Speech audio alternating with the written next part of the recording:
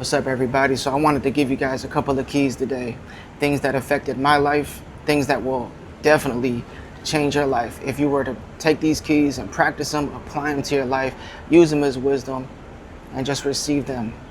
So the things I want to talk about are all regarding the presence of God and how the presence of God could change your life.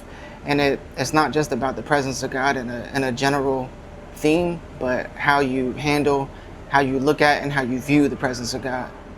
So number one, obviously, the first key is to seek the presence of God above all else. Seek the presence of God like it's worth more than gold. Seek the presence of God like your life depends on it. This will change your life. I was reading in 1 Chronicles chapter 13 today, and I got some really good stuff out of it. In that chapter, number one, David consulted so that he can get wisdom, and he inquired of the Lord, and he ended up trying to retrieve and bring back home the Ark of the Covenant. And the Ark of the Covenant is a type and shadow. The Ark of the Covenant represents the presence of God on earth. And whenever they were walking it, he had his men that were walking the presence of God or the Ark of the Covenant back. But when they were bringing it back, one of the donkeys had stumbled. One of the men had to quickly grab hold of the Ark of the Covenant, and it was a mishandling of it. So he literally died on the spot because the power of God was with the Ark of the Covenant, and anyone who touched it would literally die.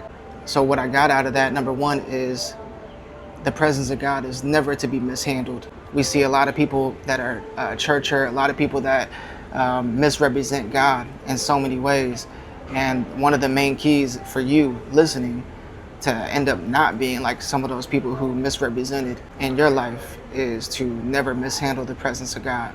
Always hold it as riches and always hold it as precious. And in that moment, when the guy died, David, it says that he feared the Lord in that day. The presence of God is never separate from the fear of the Lord. And during that time, they were all the men were carrying the Ark of the Covenant.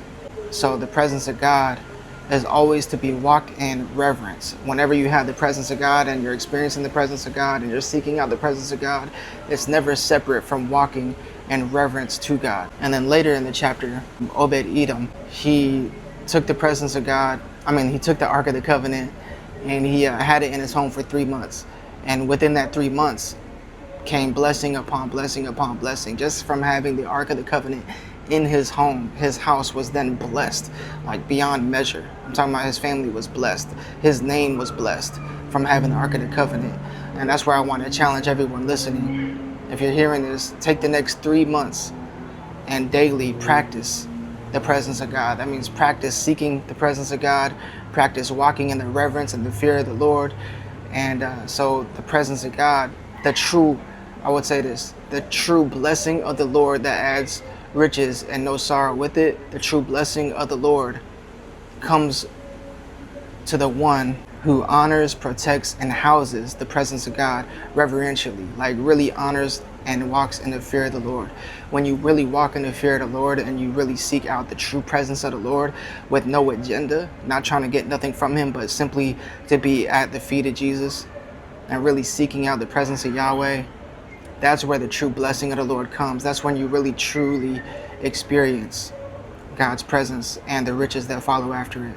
So anyone listening, I challenge you for the next 3 months, practice the presence of God, seek after the presence of God, house the presence of God, protect the presence of God. That means you walk in the fear of the Lord. That means everything you do, you consult, you inquire of the Lord and what he would have you do versus what you just want to do, your will, being led by your emotions, be led by the Spirit instead, and mind the things that are above.